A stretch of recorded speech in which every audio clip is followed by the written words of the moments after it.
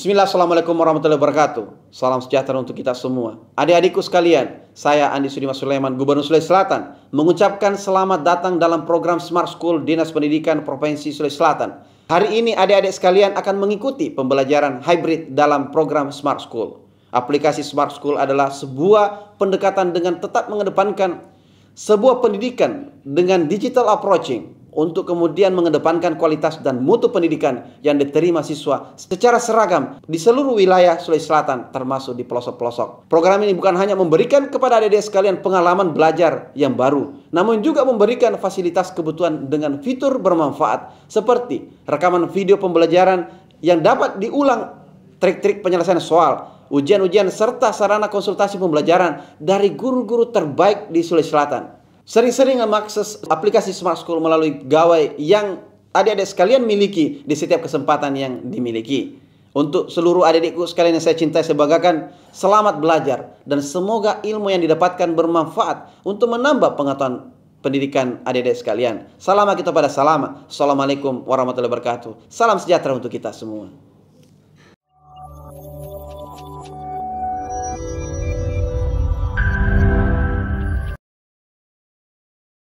Assalamualaikum warahmatullahi wabarakatuh. Alhamdulillahirrabbilalamin.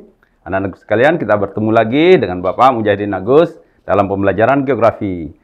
Bapak harap semuanya dalam keadaan sehat walafiat dan siap belajar. Mudah-mudahan ada pengetahuan baru yang akan kita diskusikan hari ini. Oke? Mudah-mudahan tetap semangat ya dan tetap berkarakter cerdas ki.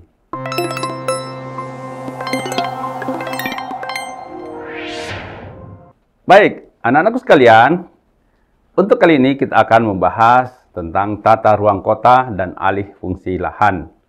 Oke, karena pada materi-materi sebelumnya kita sudah bahas tentang analisis wilayah dan juga tentang bagaimana tata ruang atau pola keruangan desa. Kali ini kita akan membahas tentang perkotaan. Gantian ya, dulu desa sekarang jadi kota. Oke, baik. Kita mulai ya. Nah, sebagai pengantar, ini ada Bapak tampilkan dua buah foto sebagai dampak alih fungsi lahan. Ya. Langsung kita lihat bagaimana ini kejadian di Surabaya. Ada tanah yang amblas. Oke.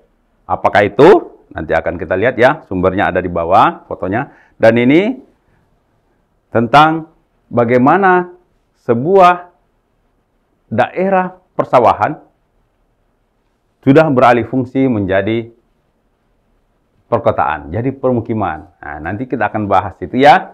Oke, nah, bagaimana penyelarasan kebutuhan manusia antara kebutuhan yang satu di sektor lain dengan sektor yang satunya lagi. Itu harus seimbang. Nah, ini adalah tugas kita dalam pembelajaran geografi tentang perencanaan wilayah. Kita akan bahas lebih rinci lagi. Oke, siap ya? Oke, kita lanjut. Nah, ada pesan penting. Ini berkaitan dengan pola keruangan di perkotaan. Bahwa ruang terbuka hijau itu merupakan kebutuhan pokok penduduk kota. Jadi, kita wajib menjaganya. Oke? Karena tentang ruang terbuka hijau itu hal yang sangat penting sekali untuk perkotaan. Bahkan pada dasarnya, sepertiga dari wilayah perkotaan itu harus tetap menjadi daerah yang terbuka hijau. Oke? Ini pesan pentingnya, supaya anak-anakku sekalian bisa terkesan dengan pesan ini, supaya bisa mengetahui bagaimana pentingnya ruang terbuka hijau bagi kehidupan kita di perkotaan. Baik, kita lanjut ya. Oke. Nah, bagian kompetensi, seperti biasanya, mudah-mudahan anak-anak sekalian bisa mudah memahami bacaan atau kasus yang nanti akan Bapak tampilkan. Terus bagaimana kita berlatih untuk lebih bijak menggunakan gawai, menggunakan HP untuk mengakses informasi di internet atau dari sumber lainnya. Lalu bagaimana cakap menghitung dan menganalisis data. Mungkin kali ini kita akan menganalisis data secara kualitatif saja. Oke, lalu mudah-mudahan anak-anak sekalian bisa lebih kreatif menemukan solusi dalam beberapa kasus dalam perencanaan wilayah. Nanti akan Bapak tampilkan kasus-kasus itu. Dan terakhir, anak-anakku sekalian diharapkan untuk biasa berdiskusi dengan teman dan melakukan kolaborasi untuk menghasilkan hasil yang kreatif dan solutif. Oke? Kita lanjut. Nah, tentang tata ruang. Nah, yang anak-anak sekalian pernah dapatkan materi ini, kita hanya mengulang refleksinya ya, bahwa penataan ruang itu suatu sistem proses perencanaan tata ruang. Oke? Jadi ada proses perencanaan tata ruang, terus pemanfaatan ruang yang direncanakan itu, dan juga bagaimana mengendalikan pemanfaatannya. Jadi ada 3 hal di sini ya, proses perencanaannya, kemudian pemanfaatannya, dan pengendalian pemanfaatannya. Nah itu, anak-anakku sekalian mudah ingat insya Allah. Oke? Itu tentang tata ruang. Oke. Nah, bagaimana dengan penataan ruang kota? Ada beberapa proses. Ini tadi ya, proses perencanaannya tadi. Lalu ada pemanfaatan ruangnya dan ada pengendalian pemanfaatan ruang. Jadi ada 3 hal ya. Nah, pada dasarnya penataan ruang itu baik di kota dan pedesaan pada dasarnya sama. Jadi ada 3 proses ini. Proses perencanaan, pemanfaatannya, bagaimana, dan pengendalian pemanfaatannya. Nah, ketiga proses ini atau ketiga kegiatan ini itu selalu serangkai, tidak bisa dipisahkan. Jadi setiap melakukan sesuatu harus ada proses perencanaannya, ya, terus ada kegiatan pelaksanaan kegiatannya, dan ada monitoring atau pengendaliannya. Oke? Baik ya, kita lanjut ya. Nah, tentang bagaimana merencanakan kota secara berkelanjutan. Hal-hal apa yang harus dipertimbangkan? Yang pertama, untuk menjadi kota yang berkelanjutan, ya, perencanaan yang berkelanjutan, satu tujuan utama yang harus kita penuhi atau kita harus targetkan adalah menciptakan kota yang hijau dan biru. Blue Green Cities. Jadi bagaimana kota yang hijau itu artinya tumbuhannya banyak, ya, vegetasinya bagus, supaya menciptakan ruang yang sejuk dan hijau, dan juga ada ruang terbuka yang berupa air atau badan air ya. Misalnya ada danaunya, ada sungainya yang terpelihara dengan bersih, dan itu semua adalah menjadi satu kesatuan. Makanya dikatakan Blue Green Cities, ya, kota hijau dan biru. Oke, hijau dikonotasikan dengan tumbuhan, birunya adalah dengan air. Ya, mungkin air termasuk lautan, ya, misalnya kota-kota yang di dekat pantai. Oke? Berikutnya, bagaimana menciptakan kota yang kelengkapan layanannya itu terpenuhi. Misalnya kota, tentu kita membuat kota supaya semua fasilitas terpenuhi dengan baik. Ada pasarnya, ada tempat perbelanjaan ya, ada sarana pendidikannya, terus ada sarana kesehatannya, itu harus lengkap semuanya. Ya, sehingga kota itu bisa memenuhi segala kebutuhan penduduknya di wilayahnya. Oke? Tidak perlu misalnya terlalu jauh atau sampai keluar kota untuk memenuhi kebutuhannya.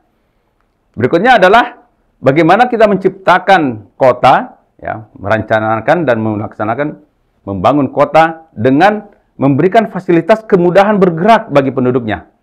Ya. Kemudahan bergerak bagi penghuninya.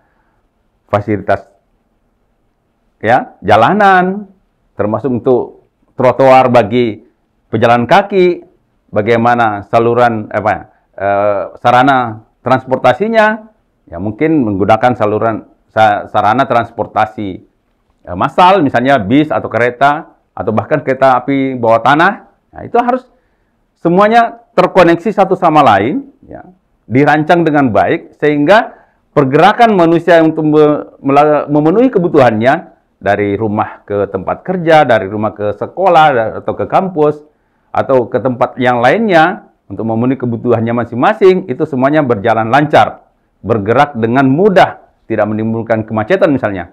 Nah, makanya untuk kota-kota besar ini sangat penting untuk dirancang dengan baik. Bagaimana konektivitas antar wilayah satu dengan wilayah yang lainnya, sehingga penduduk mudah melakukan pergerakan, mudah berjalan, ya, mudah menggunakan kendaraan, baik pribadi maupun kendaraan umum, untuk memenuhi kebutuhannya di berbagai tempat dalam kota. Nah, berikutnya yang perlu dipertimbangkan adalah bagaimana tentang kelestarian warisan budaya atau warisan sejarah yang ada di kota. Karena Bapak yakin, hampir semua kota, bahkan semua kota, itu memiliki site-site, memiliki lokasi-lokasi atau bangunan, berupa bangunan, yang berkaitan dengan sejarah perkembangan masa lalunya. Misalnya mungkin ada benteng, berupa benteng, ya, atau berupa istana, atau berupa tempat bersejarah, ya. Itu kalau di Makassar misalnya ada benteng Rotterdam, ya, ada makam Raja Tallo, raja di sekitarnya juga ada makam Raja Sultan Hasanuddin di Katangka, bahkan Masjid Katangka, masjid tertua di Sulawesi Selatan. Itu seperti itu harus tetap dijaga kelestariannya. Jangan sampai ini dihilangkan, jangan sampai warisan itu menjadi hanya dikenang dalam bentuk foto saja. Nah, karena ini penting juga untuk pembelajaran bagi generasi generasi setelah kita, untuk mengetahui bagaimana sejarah para pewaris, ya, para pewaris kita dari masa lalu. Ya. Oke? Nah, berikutnya yang terakhir adalah bagaimana kita menciptakan kota dengan memberikan, ya, layanan, ya, sesuai dengan kebutuhan wilayah setempat. Karena mungkin jadi setiap kota dengan potensi berbeda, dengan masyarakat, dengan budaya yang berbeda, juga berbeda tingkat kebutuhannya, ya.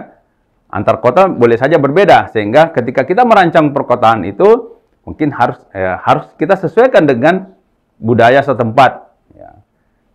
Sesuai dengan kebiasaan-kebiasaan masyarakat setempat. Nah, dan bahkan termasuk misalnya bangunan-bangunannya itu harus bagus kalau disesuaikan dengan seni-seni tradisional setempat, ya. Sehingga ketika kita membangun suatu fasilitas, membangun suatu gedung atau suatu lokasi, maka harus disesuaikan dengan kebutuhan masyarakat setempat, ya. Nah, ini terkait dengan kebudayaan tradisional di kota yang bersangkutan. Oke? Baik, kita lanjut, ya. Nah, ada siklus pembangunan yang harus dipertimbangkan dalam membangun sebuah kota. Oke? Yaitu bagaimana kota itu menyediakan layanan, ya, dan kebutuhan hidup masyarakatnya itu terpenuhi baik saat ini maupun masa yang akan datang. Itu. Jadi pertimbangan pertama adalah karena kota itu adalah tempat hidup banyak orang dengan berbagai latar belakang yang berbeda, ya. Karena kota itu tempat berkumpulnya berbagai latar belakang berbeda, berbagai suku yang berbeda, bahkan bangsa yang berbeda, maka pembangunan kota itu harus mempertimbangkan bagaimana melayani kebutuhan penduduknya, bagaimana kebutuhan hidup itu bisa terpenuhi baik saat sekarang ini maupun beberapa tahun ke depan. Bahkan harus diperkirakan 10, 15, sampai 50 tahun, bahkan lebih dari itu. Oke.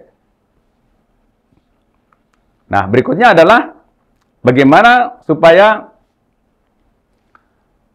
pengelolaan atau manajemen pembangunan kota itu harus mendukung bagaimana kegiatan sosial ekonomi masyarakat.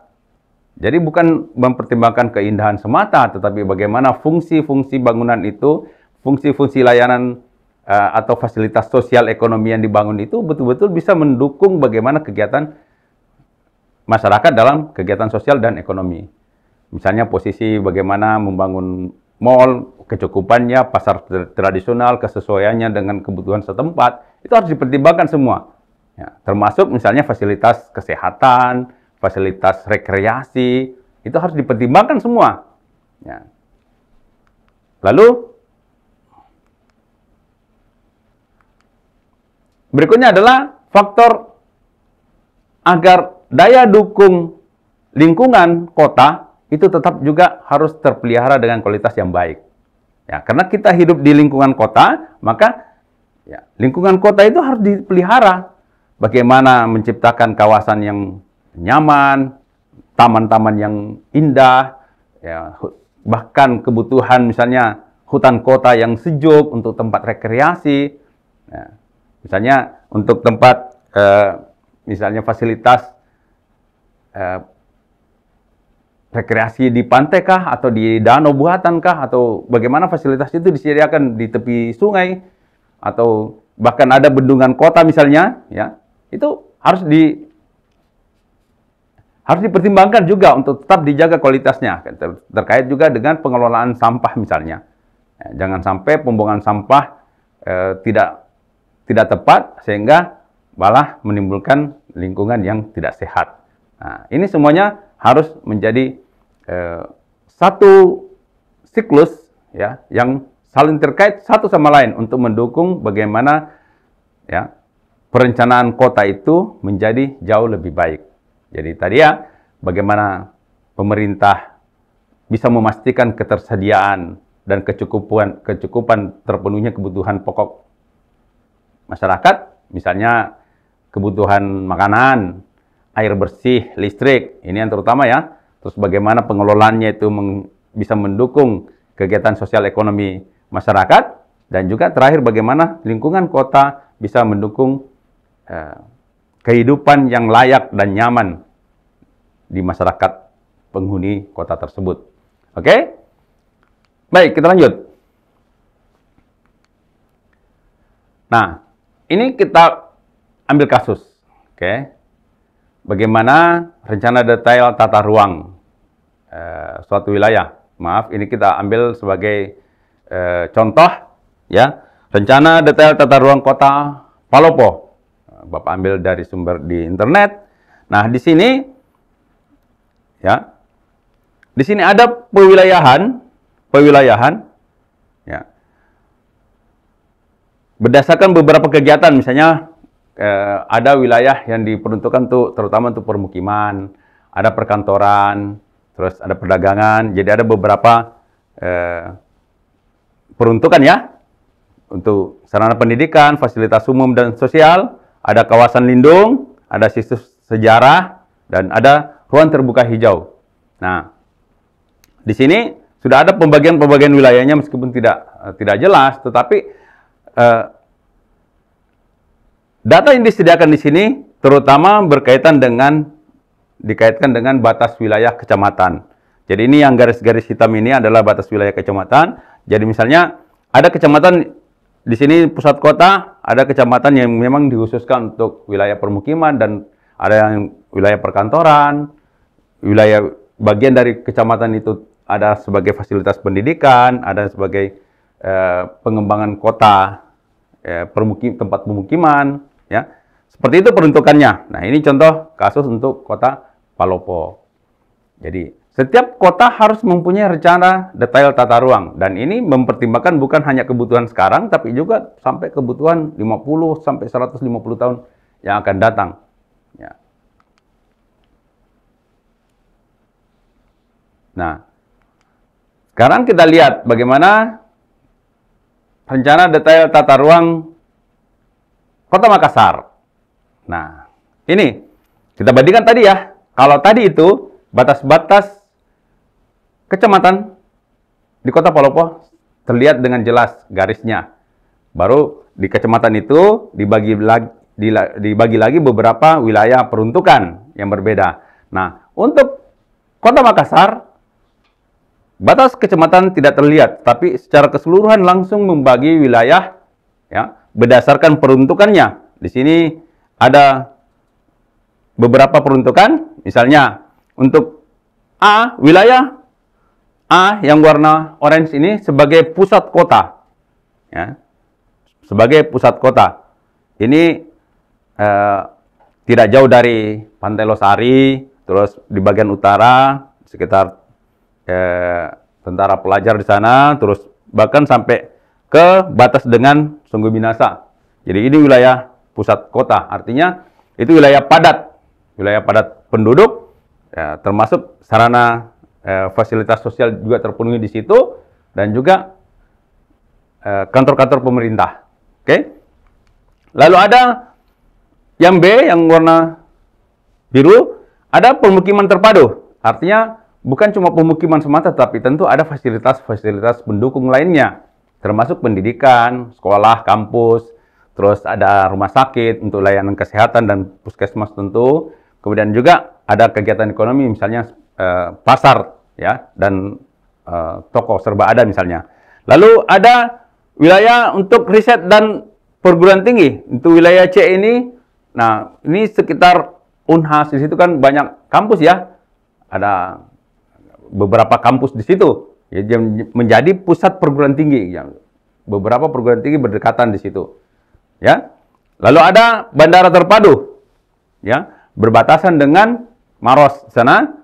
Nah, kawasan bandara itu termasuk layanannya seperti ada hotel untuk transit, ada untuk penginapan yang lainnya, terus ada sarana pendukung atau fasilitas pendukung untuk bandara, termasuk di situ ada misalnya lapangan terbang untuk militer angkatan udara.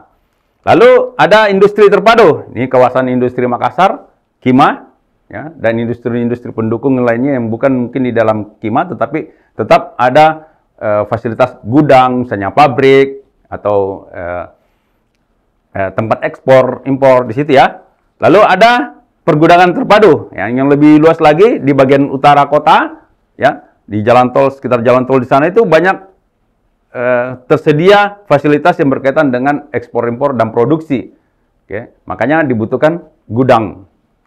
Lalu ada maritim terpadu. Nah ini kalau tidak salah ini ada di industri galangan kapal di sana ya, termasuk juga angkatan laut.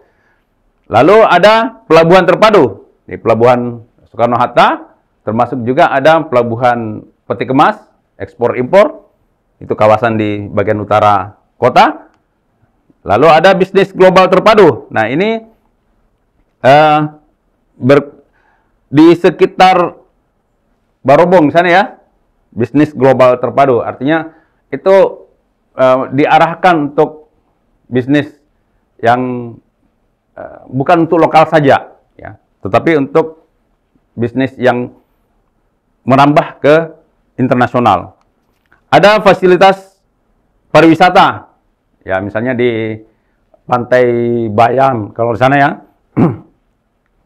Terus ada budaya terpadu, ada benteng Sombopu di sana, ada miniatur Sulawesi Selatan. Dulu sering ada pameran pembangunan ya setiap tahun di situ. Ya, ada rumah-rumah tradisional setiap kabupaten kota di Sulawesi Selatan itu menjadi kompleks budaya terpadu, ya. Dan kegiatan-kegiatan kebudayaan misalnya pameran atau pagelaran. Lalu ada bisnis olahraga terpadu. Nah, di sini sekitar di Barombong sana juga ya ada fasilitas stadion atau sarana prasarana olahraga yang lainnya. Nah, itu bentuk-bentuk rencana detail tata ruang untuk Kota Makassar. Tentu detail-detail ini hanya memuat secara global, karena artinya tidak berarti bahwa untuk pemukiman terpadu tidak ada fasilitas lainnya, atau untuk bisnis olahraga terpadu tidak ada pemukiman di situ. Tetap ada, tetapi yang secara umumnya fasilitas wilayah itu menyediakan fasilitas untuk bisnis olahraga misalnya. Oke? Itu sebagai gambaran ya, bagaimana pemerintah itu merancang detail tata ruang perkotaan. Baik. Oh, ada di sini lagi ketinggalan satu, kawasan lindung Lekang. Di situ ada rumah tradisional yang berkaitan dengan budaya Makassar. Nah, itu harus tetap dipertimbangkan. Tadi ada yang terakhir tadi ya, bahwa kawasan budaya, sejarah, ya, itu harus tetap dipertahankan. Ini contohnya di Kota Makassar. Oke, baik. Kita lanjut. Nah, sasaran perencanaan kota berkelanjutan. Ya, apa saja sasarannya? Yang pertama adalah bagaimana menciptakan kota yang indah. Ya, kota yang indah, termasuk tertata rapi, bangunannya bagus, ya, memberikan kesejukan atau memberikan enak dipandang mata gitu. Ya, itu. Lalu berikutnya adalah tentang kota yang nyaman. Ya, jadi setiap kota harus memberikan kenyamanan, ya, termasuk kesejukan, ya, nyaman, aman, berkendaraannya. Kita mau kemana-mana juga tersedia layanannya, jadi tidak menyusahkan. Maka termasuk juga sarana kesehatannya. Jadi pertimbangan yang ketiga adalah bagaimana menciptakan kota yang sehat. Ya, karena ini satu padu ya, satu padu. Ada berkaitan dengan lingkungan. Karena kalau lingkungan diciptakan dengan kondisi yang sangat bagus, misalnya ruang terbuka hijaunya banyak, tamannya banyak, pohon-pohonnya ada di mana-mana, dan itu tertata rapi. Jadi itu semua satu kesatuan. Bagaimana menciptakan keindahan, kenyamanan, dan kesehatan lingkungan, kesehatan penduduknya. Ya, semuanya terpadu menjadi sasaran perencanaan kota berkelanjutan. Nah, kenapa dikatakan berkelanjutan? Karena jika ini tidak dipertimbangkan, maka menjadi hambatan ketika kota itu mau berkembang. Oke? Bagaimana caranya misalnya kota mau berkembang ketika kota itu semrawut, tidak indah, tidak nyaman. Ya, lingkungannya kurang terpelihara. Apalagi kalau sampai masyarakatnya tidak sehat. Nah, itu kan tidak bisa berkembang. Oke? Oleh karena itu, maka 4 faktor ini, keindahan, kenyamanan, kesehatan, dan lingkungan, itu harus menjadi pertimbangan, menjadi sasaran perencanaan kota untuk kota yang berkelanjutan. Oke, mudah-mudahan bisa dipahami ya. Oke, baik. Berikutnya, bagaimana mengendalikan ya, pembangunan di perkotaan, ya, pengaturan bangunan dan penggunaan lahan. Oke. Berikutnya yaitu adalah bagaimana pembangunan gedung baru itu. Setiap ada bangunan baru, termasuk rumah sebenarnya, apalagi kalau perumahan, pemukiman, itu harus dikendalikan. Oke, harus diatur, dikendalikan agar tidak semrawut, tidak membangun sembarangan. Oke, lalu yang berikutnya adalah jika ada bangunan atau ada fasilitas yang mau diperluas, misalnya bagaimana memperluas suatu kawasan industri, bagaimana memperluas sarana olahraga atau sarana kawasan pemukiman mau diperluas, itu juga harus diberikan ketegasan dalam pengaturan, ya, diatur dengan tegas bagaimana ya, dikendalikannya perluasan tersebut. Dan berikutnya sasarannya adalah bagaimana jika ada perubahan peruntukan bangunan dan lahan. Misalnya ketika ada bangunan mau diubah, ya, misalnya pernah ada terjadi di Makassar, misalnya ada ruko atau ada toserba yang diubah menjadi peruntukan untuk olahraga. Itu bagaimana pertimbangannya, harus tetap ada pengaturan tentang itu. Atau apalagi kalau misalnya ada lahan yang mau dialihfungsikan, terutama lahan pertanian, sawah misalnya, untuk dialihfungsikan menjadi pemukiman. Itu juga harus menjadi sasaran pengontrolan, dikontrol itu, diatur. Supaya tidak sembarangan atau tidak serampangan dalam alih fungsi lahan. Nah, juga tentang pelestarian bangunan dan lahan khusus. Misalnya tadi di RTDR-nya Kota Makassar ada lahan khusus.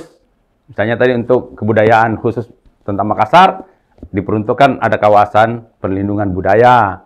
Terus ada pelestarian bangunan, misalnya benteng Sombo-Opo, benteng Fort Rotterdam. Nah, itu kan bangunan-bangunan kuno dan bersejarah gitu.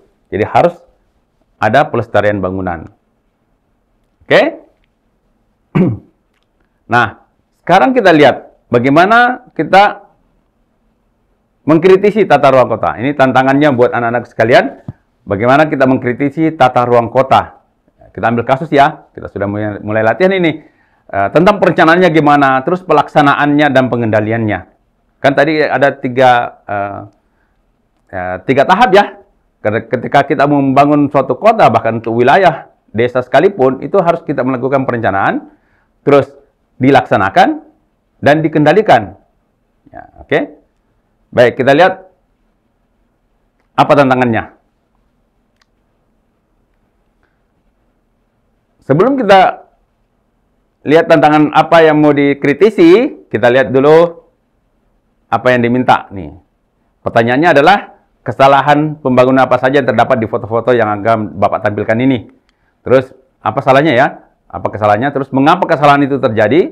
Ini pertanyaan penuntun. Terus bagaimana mencegah terjadinya lagi supaya kesalahan itu yang kita anggap keliru tadi tidak terjadi lagi, dan bagaimana cara mengatasi kesalahan itu karena sudah terjadi. Terus apa yang dilakukan? Sudah kita tahu bahwa itu keliru, bagaimana cara mengatasinya? Nah, silakan anak-anakku sekalian bisa menyiapkan untuk forum untuk diskusi di kelompoknya dan membuat laporannya. Dan kita lihat apa itu. Ya. Ini dia fotonya. Yang pertama, ini foto orang yang sementara membangun. Yang ini jalanan ya. Ini jalan raya, terus ini pondasi jalanan, pinggir jalan, terus ini pondasi yang dibangun. Ini got di sininya, ya, saluran air. Lalu di sini ada bangunan di sana, ada bangunan sementara dibangun. Terus ini ada patok di sini warna merah. Apakah itu? Kita perjelas ya. Ini ada patok di situ yang ditanam atau ditaruh oleh pemerintah kota. Nah, kita perbesar. Apakah itu? Di sini sebenarnya, oke, ini tertulis GSB. Oke, ini ya, ada tertulis itu.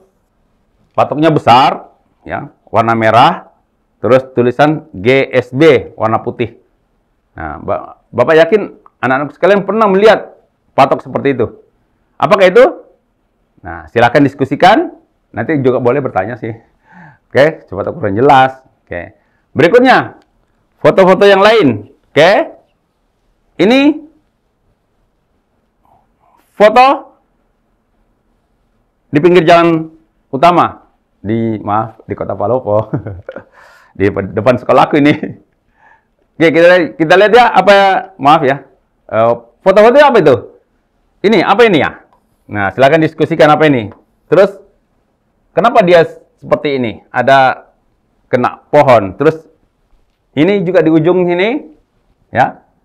Fasilitas yang sama ya. Ini fasilitas yang sama. Terus di depannya sini tidak berlanjut ke sana dan justru ada got. Ini got nih. Ada got, ada saluran di situ. Terpotong di ujung trotoar dan got di setelahnya. Oke. Ini foto yang Bapak ambil sendiri. Oke. Nah, ini bisa dijadikan kajian untuk diskusi kalian. Nah, jadi ada 4 foto tadi itu. Ini tantangan berikutnya adalah anak-anakku sekalian berdiskusi untuk menjawab pertanyaan 4 tadi, pertanyaan itu. Yaitu ya, kesalahan apa yang terjadi? Ya kan? Terus kenapa itu terjadi? Ya. Bagaimana cara mengatasinya? Mencegahnya, cara mencegahnya ya supaya tidak terjadi lagi di tempat lain, dan bagaimana cara mengatasinya karena sudah terjadi nih. Ya. Jadi, maaf, Bapak bisa pastikan bahwa foto ini salah. Foto yang tadi juga itu salah. Salah, bukan foto yang salah ya. Artinya objek bangunannya itu salah. Ya.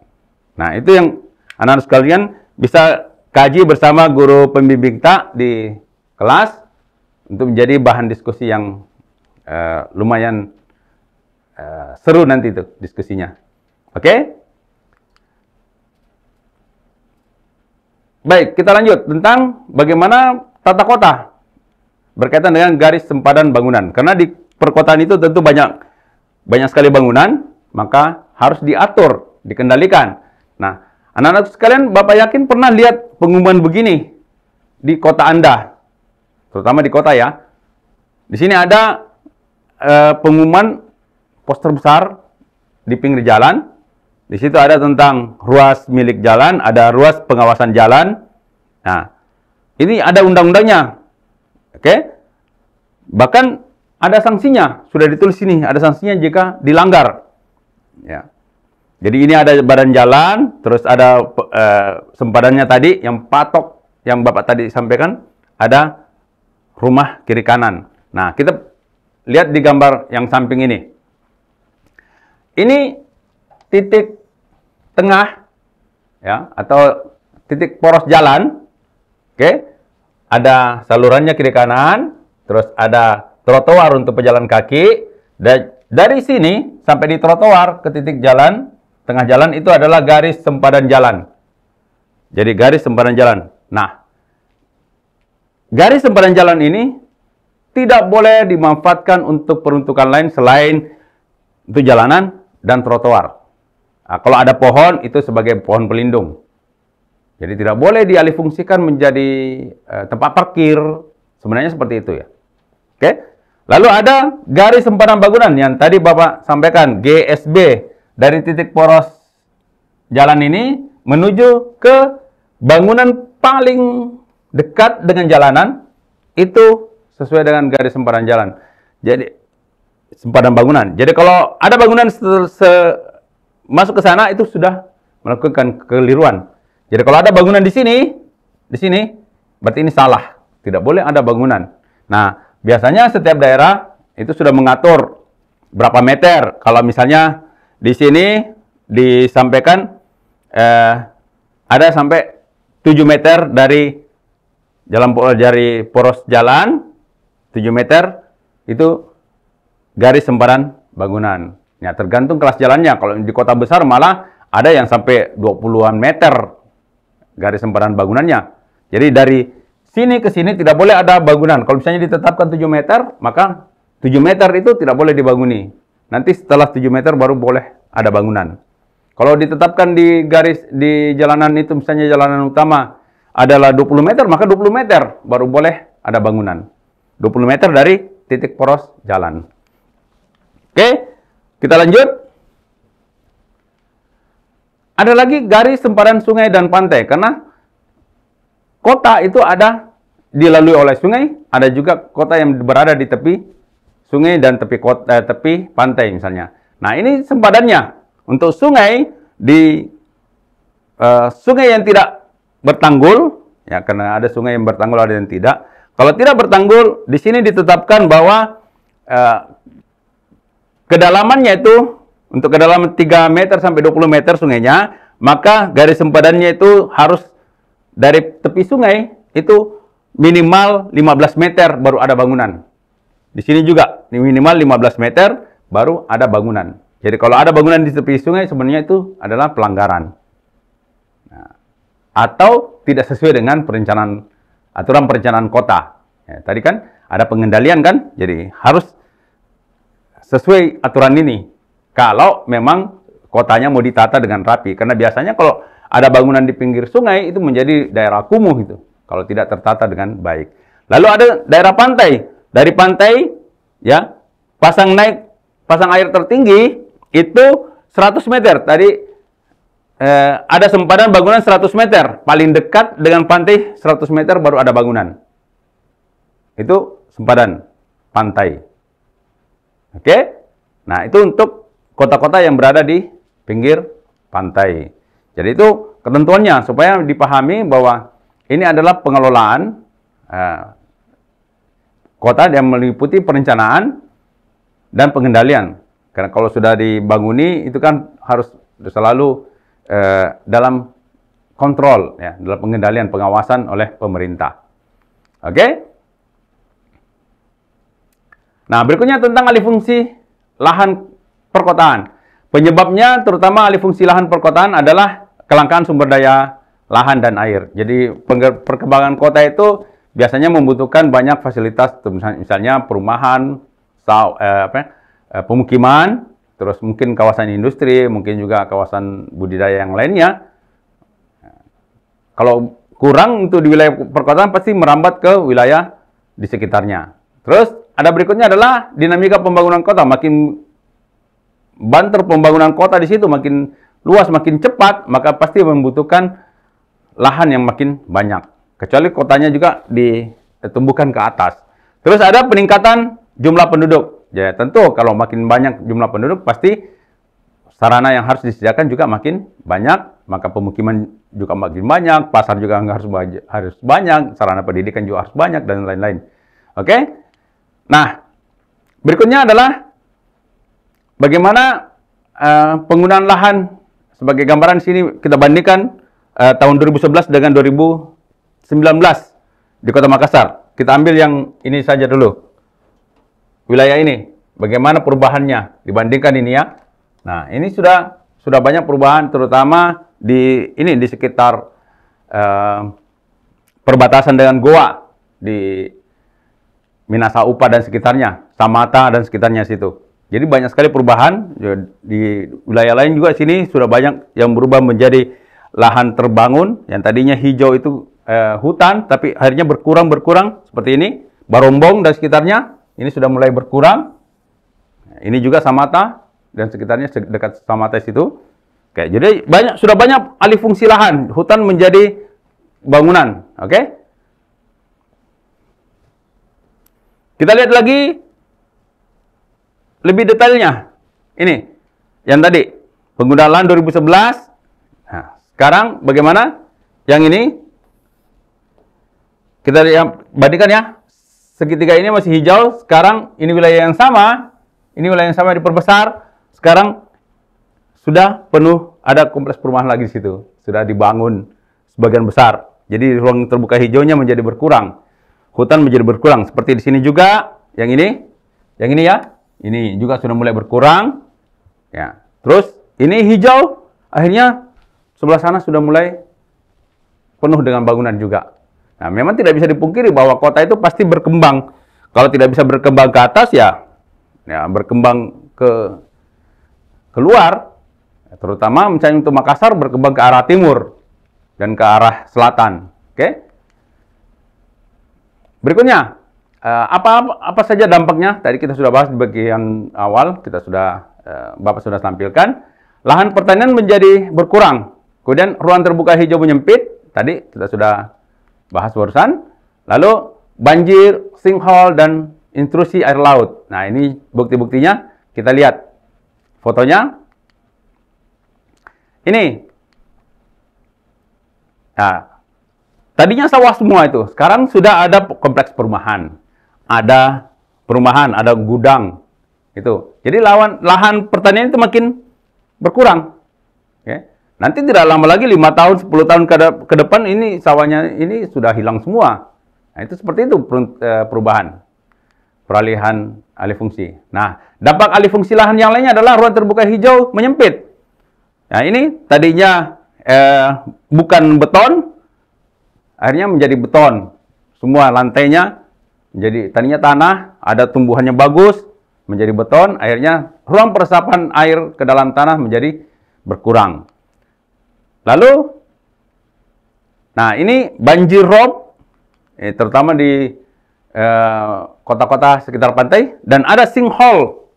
Ini tadi yang contoh di foto yang Bapak tampilkan di pertama itu, ini contoh lain adalah sinkhole. Bagaimana terjadinya runtuhan kota di wilayah tertentu karena adanya amblesan tanah di bawah. Oke? Nah, bagaimana cara mengatasinya? Memberlakukan IMB dengan tertib, ya. Terus penerapan sempadan secara tepat dan ketat. Jadi sempadan jalan, sempadan sungai, sempadan bangunan, sempadan pantai itu harus ketat diterapkan. Lalu bagaimana menjaga keberadaan kawasan lindung, misalnya lahan sawah dilindungi, LSD ya, lahan sawah dilindungi, ada green belt, ada kawasan budaya, sumber air, kawasan hutan kota, itu harus menjadi kawasan yang dilindungi dan secara ketat, jangan sampai beralih fungsi ke fungsi yang lain, ke lahan peruntukan yang lain. Terus mengaktifkan pengendalian, pengawasan, dan menerapkan sanksi yang tegas terhadap pelanggaran.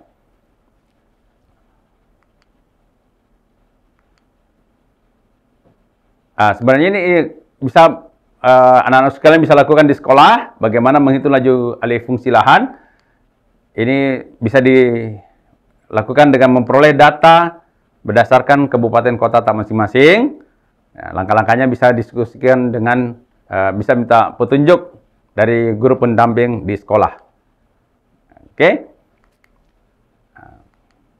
Sebagai kesimpulan pembelajaran kali ini, tata kota bertujuan untuk menciptakan ruang hidup yang nyaman, ya, yang sehat dan terpenuhnya kebutuhan warga secara baik. Ya, baik sekarang, baik untuk hari ini maupun untuk kedepannya, beberapa tahun, puluhan tahun ke depan, itu harus semuanya bisa dipertimbangkan melalui perencanaan dan pelaksanaan pembangunannya dan pengendalian pemanfaatan ruang. Jadi ada 3 aspek tadi ya, perencanaan, pelaksanaan, dan pengendalian pemanfaatan ruang. Berikutnya adalah pola ruang kota berkaitan dengan peruntukan lahan untuk kawasan lindung dan kawasan budidaya. Terbagi 2 juga. Jadi tetap harus ada kawasan lindung sambil memenuhi adanya kawasan budidaya untuk peruntukan kebutuhan manusia. Lalu alih fungsi lahan merupakan dampak perkembangan kota dan keterbatasan ruang dan sumber daya. Ya, alih fungsi lahan dapat mengakibatkan banjir atau termasuk banjir yang diakibatkan oleh banjir rob, terus ada sinkhole dan intrusi air laut. Nah, untuk poin yang terakhir ini, anak-anak sekalian bisa minta bimbingan dari guru pendamping di sekolah tentang bagaimana penyebabnya. Apa penyebab banjir rob terjadi, sinkhole terjadi, dan adanya intrusi air laut di kota-kota tepi pantai. Demikian pembelajaran kita kali ini. Contoh soalnya Bapak tampilkan saja ya. Bagaimana menghitung laju kebutuhan perubahan luas lahan sawah di Indonesia. Oke. Berapa persenkah dan berapa hektar rata-rata berkurangnya setiap tahun. Oke, anak-anak sekalian bisa diskusikan di kelas kita masing-masing. Demikian dari Bapak, mudah-mudahan bisa memberikan pembelajaran yang beragam dan juga memberikan inspirasi buat anak-anakku sekalian. Mudah-mudahan tetap semangat menjadi generasi smart, berkarakter, dan tetap cerdas ki. Dari saya, Assalamualaikum warahmatullahi wabarakatuh.